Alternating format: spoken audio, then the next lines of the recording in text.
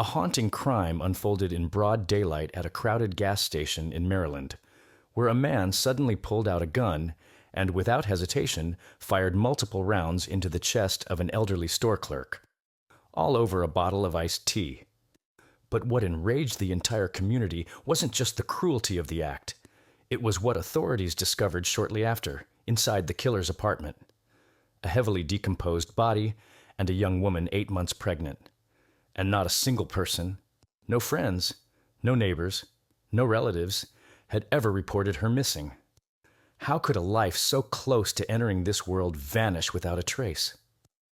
Could an entire apartment complex smell the stench of death for weeks and say nothing?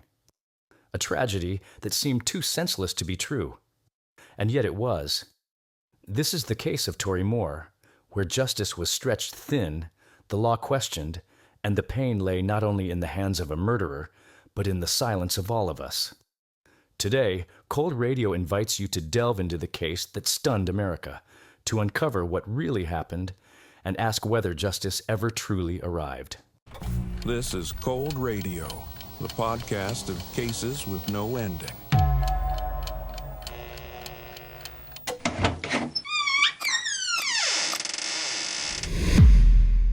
Today, I want to tell you about a case that seemed simple at first glance, a daytime shooting at a gas station. But the deeper we dig, what we find isn't just spilled blood, but a chilling silence that lingers like a ghost. The case of Tory Moore, or more accurately, the truth behind what the headlines once reported, begins on a December afternoon in 2022 in Silver Spring, Maryland, a quiet town on the edge of the nation's capital, where immigrants like Mr. Aye Wamuyu Wandu, an Ethiopian man, had lived and worked for over 2 decades to make a living. He was a father, a husband, a neighbor loved by many, and he was also a man preparing to retire on that very day, the day he never got to return home. Mr. Wandu came to America in 2002 with the hope of a better life, bringing his wife, holding on to his faith, and building a future from minimum wage paychecks at a convenience store. Dash and Go, part of the Shell gas station chain. The work might have been tough, even monotonous, but to him it was about dignity, responsibility, and survival. December 8th, 2022, was like any other day. He clocked in for his shift as usual, unaware that a customer walking in at 2:58 p.m. would take his life in less than 5 minutes. The man, Tory Moore, looked like any regular customer. He walked in, picked up a bottle of iced tea, approached the register, and over a minor argument, Mr. Wandu's life was cut short by a bullet fired at close range. But the most painful part wasn't the first shot. It was what came after. The killer climbed over the counter and coldly fired multiple rounds into Mr. Wandu's body to make sure he didn't survive. Then he walked away, still holding the iced tea, stepping out the door as if nothing had happened. What drives someone to kill over a bottle of iced tea? Or more precisely, what kind of storm was already brewing inside him, just waiting for a moment to explode? Maybe it was hatred, maybe mental instability, or worse, an apathy so deep he no longer recognized the value of human life. And so we ask, how does someone like that remain free in our society? The police just minutes away responded at 3:03 p.m. The rapid response unit arrived at the scene, but it was already too late. Mr. Wandu had died instantly from multiple gunshot wounds to the chest. Security cameras captured the entire incident, from the initial aggression to the moment the trigger was pulled.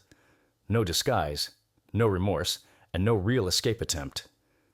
Because shortly after, police traced the suspect to the Enclave Apartments, just steps from the store. He didn't flee, didn't destroy evidence.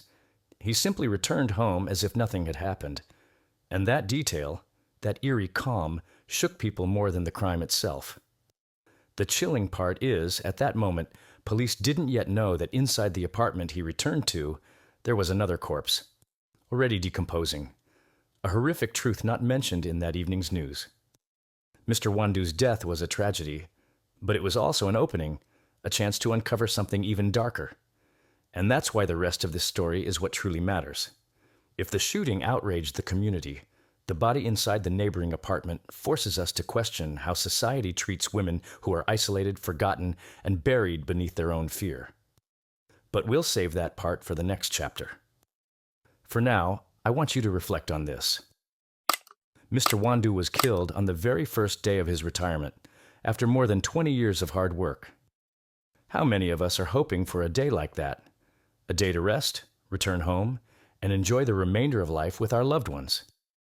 But have you ever thought that everything you've built over decades could be wiped out in just 30 seconds?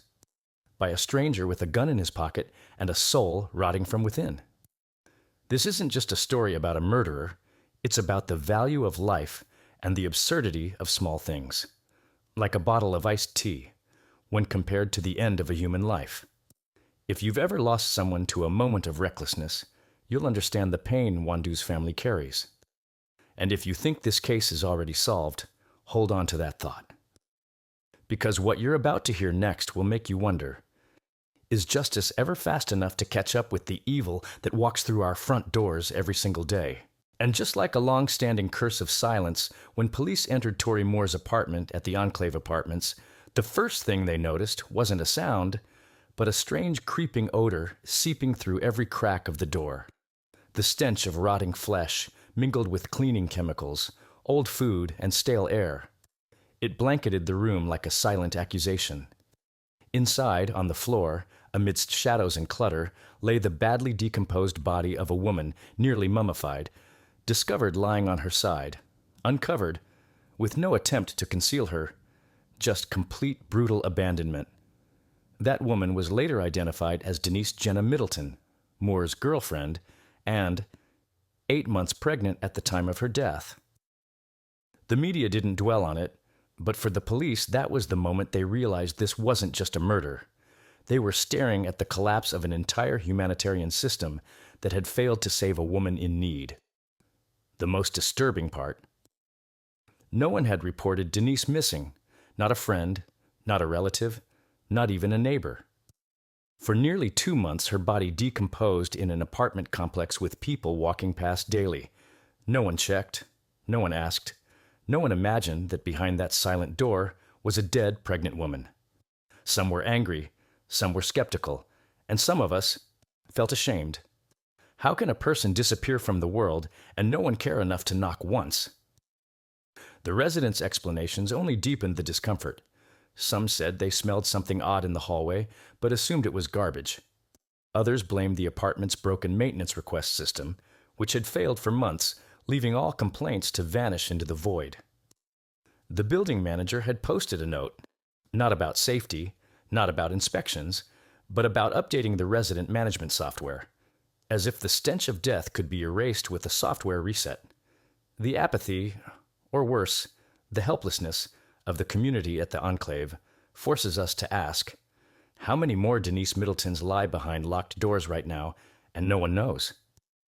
But the story doesn't stop there. What truly breaks the heart is a small detail in the autopsy report. The child inside Denise, a baby boy named Ezekiel, a name she had chosen in advance, was found to have been viable. Had he been born just 1 week later, he likely would have survived. This means that in a society we call modern, a mother and a nearly born life died slowly in silence, and none of us raised a hand to save them. Some people asked, why didn't her family look for her? But the better question is, how did a system full of cameras, police, lawyers, and social workers allow this to happen for almost 60 days? No one could answer, and no one took responsibility. Because Denise wasn't famous, there were no search parties, no headlines, no missing person campaigns. She was just a black woman, a hairstylist, renting an apartment with a boyfriend who had a criminal record. And that, cruelly, was enough to make her invisible. In Moore's statement after his arrest, he showed no emotion recounting her death. He vaguely described an argument, a shove, a slap, a yell of "don't overreact." Then said he left to buy marijuana and came back to find her not moving. He denied shooting her, but couldn't explain why Denise had 7 bullet wounds, all matching the gun he used to kill Mr. Wandu the day before. And then he said something that made the investigator stop writing. I lived with her for weeks after that. I didn't know what to do. He lived alongside her decomposing body for weeks, eating, sleeping, moving through that apartment like nothing had happened. Imagine that, eating dinner in a room where just a few feet away lie your dead partner and unborn child. And you'll begin to understand why this case isn't just about murder. It's about the decay of conscience, of morality, of human dignity. The death of Denise Middleton and baby Ezekiel was not just the result of one man's actions, but the outcome of a total failure to see, protect, and care for the most vulnerable among us. She didn't die in a dark alley. She died in the middle of a crowded residential complex, and no one knew, or worse, no one cared. And when you think about that, you have to ask, are we living in an era where evil no longer has to hide? Where indifference has made it invisible? And if you're feeling heartbroken right now, hold on to that feeling, because it will help you see the rest of this story more clearly. About the man named Tory Moore, the red flags that were ignored, and the most haunting question of all. Had Denise Middleton already died long before her last breath, when no one truly saw her? They say love is the beginning of all things beautiful, but no one tells you that sometimes it can also be the road to despair, control, and, ultimately, death. The relationship between Denise Middleton and Tory Moore started like so many others. They met in Silver Spring, where Denise worked as a hairstylist and was preparing to open a small salon of her own. She was 26, full of ideals, determination, and dreams. And then she fell in love, as so many do, completely, wholeheartedly, and little by little, she lost herself without realizing it. In the beginning, Moore was charming. He knew how to talk, how to make Denise feel loved and protected. He seemed experienced, worldly, which can be appealing to a young woman searching for safety in a city that often felt too big. But love without boundaries often isn't love at all. It's consumption. And Moore began to consume her quietly.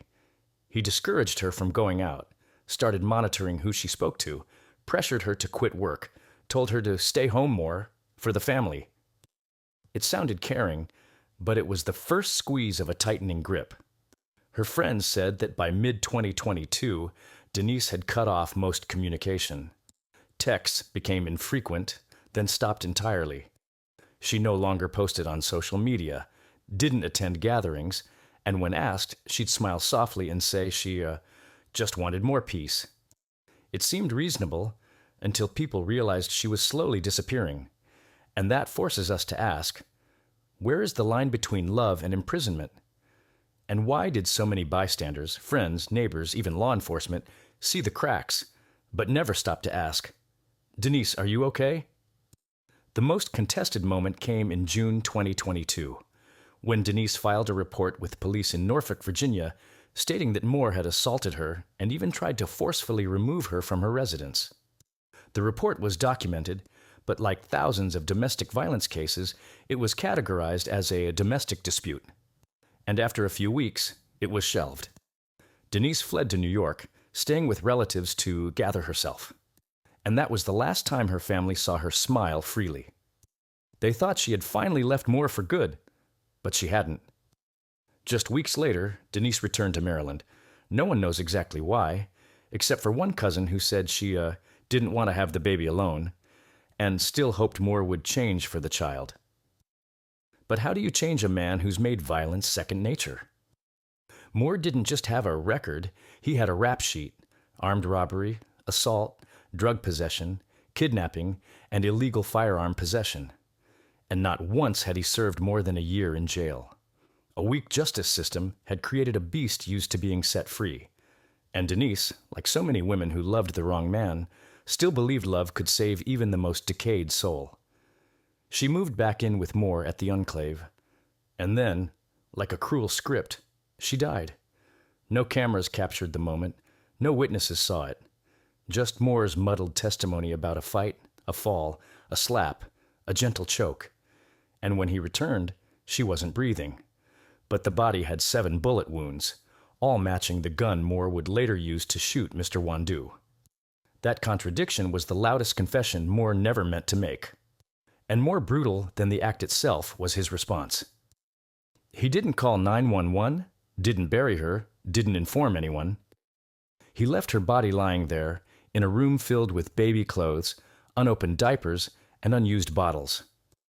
Some say he was in shock, but others like me believe he wasn't shocked at all.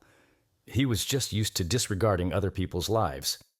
Some might say Denise was at fault for not leaving sooner, but the better question is, why does a young woman have to choose between freedom and her own safety? Why must she decide between being a mother and staying alive? And why, after everything, did a woman who once cried out for help still die in silence? If you know someone in a relationship like this, speak up, knock on their door, ask them, "Do you need me?" Because sometimes that single question can give someone one more day, one more week, or even a whole lifetime. Denise Middleton wasn't a statistic. She was a human being. And the truth about her death isn't just in the bullets. It's in every time we saw something wrong and did nothing. If the death of Denise Middleton is a testament to the deadly power of silence, then the legal system's response after Tory Moore's arrest stands as proof of an even more bitter reality: the misuse of the concept of mental incompetence in modern law. Because immediately after being charged with murder, Moore wasn't taken to trial like other suspects. Instead, he was ordered to undergo a psychiatric competency evaluation. And the result? He was found not competent to stand trial. But what does that mean? It means that Moore, a man capable of shooting Mr. Wandu multiple times in the chest in a fit of rage, a man calm enough to live with his girlfriend's corpse for nearly 2 months, a man who could recall the details of their argument, his trip to buy weed, and the moment he found Denise unresponsive, is now legally considered unable to understand legal proceedings or assist his attorney in his own defense. The decision sparked outrage from Denise's family and the broader community because they didn't see someone mentally unwell. They saw a cold, calculating individual who knew exactly what he was doing, step by step. Someone who told his story in a way that benefited him most, and above all, someone who knew how to delay justice. In his initial statement, Moore said he wasn't sure what happened, yet minutes later he could describe the argument, the slap, the choke, and even his errand run, clearly and in detail. Most people wouldn't remember things so precisely unless they were reconstructing the story for a purpose. And in this case, that purpose was to evade sentencing. Under U.S. law, individuals deemed mentally incompetent cannot stand trial, as it would violate their constitutional rights. But how many are exploiting this exact clause to avoid criminal responsibility? That's the question not only Denise's loved ones are asking, but also those who followed this case closely. One of her cousins broke down during an interview, saying, "He was coherent enough to describe what he did, coherent enough to hide the body, coherent enough to tell police everything, but not coherent enough to hear a verdict? That's not legal defense anymore. That's an insult to victims and to justice itself." What's even more shocking is Moore's history of violent and criminal behavior spanning years. Yet throughout that time, there was never any mention of psychiatric evaluations, no doctors, no treatment, no record of mental illness. Meaning, he only became mentally unstable after killing 2 people. Are we living in a legal system where mental illness becomes a shield, when there's no escape left? And if so, who's truly held accountable? During the court hearing on December 12, 2022, Moore appeared composed, not erratic, not shouting, not out of control, just quiet, deliberate, and calculating. When his lawyer requested a delay for further treatment, Denise's family silently walked out of the courtroom. They knew the verdict was no longer in the hands of justice, but buried in a flawed system full of loopholes. And that pain, of seeing no one take responsibility for your loved one's death, cuts deeper than any delayed death sentence. When the public learned Moore had been placed in a treatment facility instead of being held in jail pending trial, outrage erupted across social media. Many wrote, "Another killer hiding behind a mental illness label," while others cautioned, "We're not doctors, we shouldn't judge." Somewhere between those 2 voices lies a brutal truth. If someone is mentally ill, yet can plan a murder, hide a body, and give a coherent confession, is that incompetence real? Or is it just a gray zone in a legal system too weak to confront calculated cruelty disguised in clinical terms? Eventually, after nearly a year of mandatory treatment, Moore was ruled competent to stand trial in 2023, proving what the victims' families had said from the beginning was right, and what the legal system hesitated to admit was a painful truth. And if Moore hadn't been caught for killing Mr. Wandu, when would Denise's body have been found? When would the case have even been opened? When would justice have knocked on that apartment door? Those aren't questions for this case alone. They're questions for all of us, living in a society where the law still has too many blind spots, where crimes can be delayed by a diagnosis, where a killer can live among us, waiting for the right moment to pull the trigger, and still claim, "I don't remember anything." If that's true, then our greatest fear isn't just evil. It's evil protected by law. And then, like a slowly closing circle, after countless hearings, psychological evaluations, and delays that bordered on absurd, Tory Moore finally stood trial.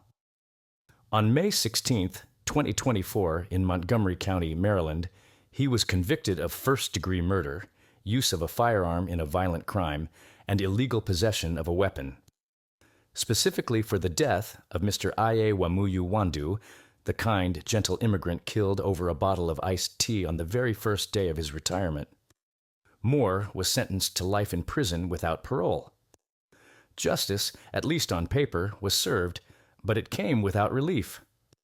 There were no cheers, no hopeful embraces in the courtroom, because the pain no longer lay in the verdict itself, but in the long stretch of time between the death and the recognition that it was, indeed, unjust.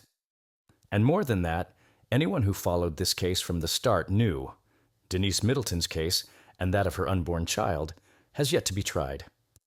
The trial for her murder is scheduled for November 18, 2024, nearly 2 years after her body was discovered, which means this woman, the one who died silently in the apartment next door, still doesn't have a formal ruling for her death. And the child, Ezekiel, has yet to be acknowledged by the law as a life taken. Instead, he remains Ruisus, a footnote in the case file. There is no line in the original indictment naming Ezekiel as a victim, and for Denise's family, that is a wound left wide open. They didn't just lose a daughter, they lost a grandchild who never had the chance to be born, no birth certificate, no name on a headstone. Only the name Ezekiel scribbled in a handwritten letter Denise once gave her cousin. "If it's a boy, I'll name him Ezekiel." I like the name. It sounds like someone is watching over you. And yet, no one watched over her. No one watched over her baby. No one protected that 8-month-old life waiting to be born. Doesn't that break your heart? That in a society with laws and systems, a man could kill 2 people and only be tried for 1. And worse, there's a chance he might never be held fully accountable for everything he did. Because if the second trial is delayed again, if the case lacks sufficient evidence, if the court allows him more time for treatment, then what happened to Denise and Ezekiel will remain a personal tragedy, not a legally recognized crime. And that's the most terrifying part of all this. We may be able to name a killer, we may be able to read his sentence, but do we dare name everything that allowed this to happen so easily? The weak monitoring of repeat offenders, the apathy of a community living just feet away, the forgotten reports buried in endless files. The people who heard Denise talk about being choked, about being controlled, and still said, "She's probably exaggerating." Justice isn't just in a sentence, it's in whether society acknowledges its role in what happened. We often say, "No one deserves to die that way," and yet people do. Women are still murdered in their own homes, unborn children still die unnoticed in their mothers' wombs. Neighbors still smell something awful and assume it's just trash. And the most haunting part isn't Denise's death. It's the way silence killed her a second time. And if you've stayed with me this long, I hope you don't just remember the name Tory Moore or the death of Mr. Wandu, but also those moments of silence we've all let slip by. The times we didn't ask, didn't intervene, didn't call. Because sometimes one act of concern can save someone on the brink.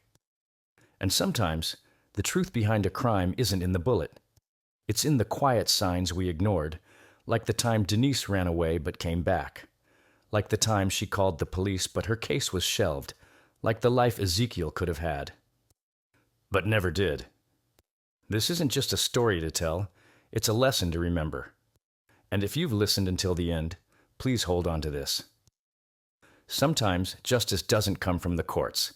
It comes from us refusing to turn away from the pain of others.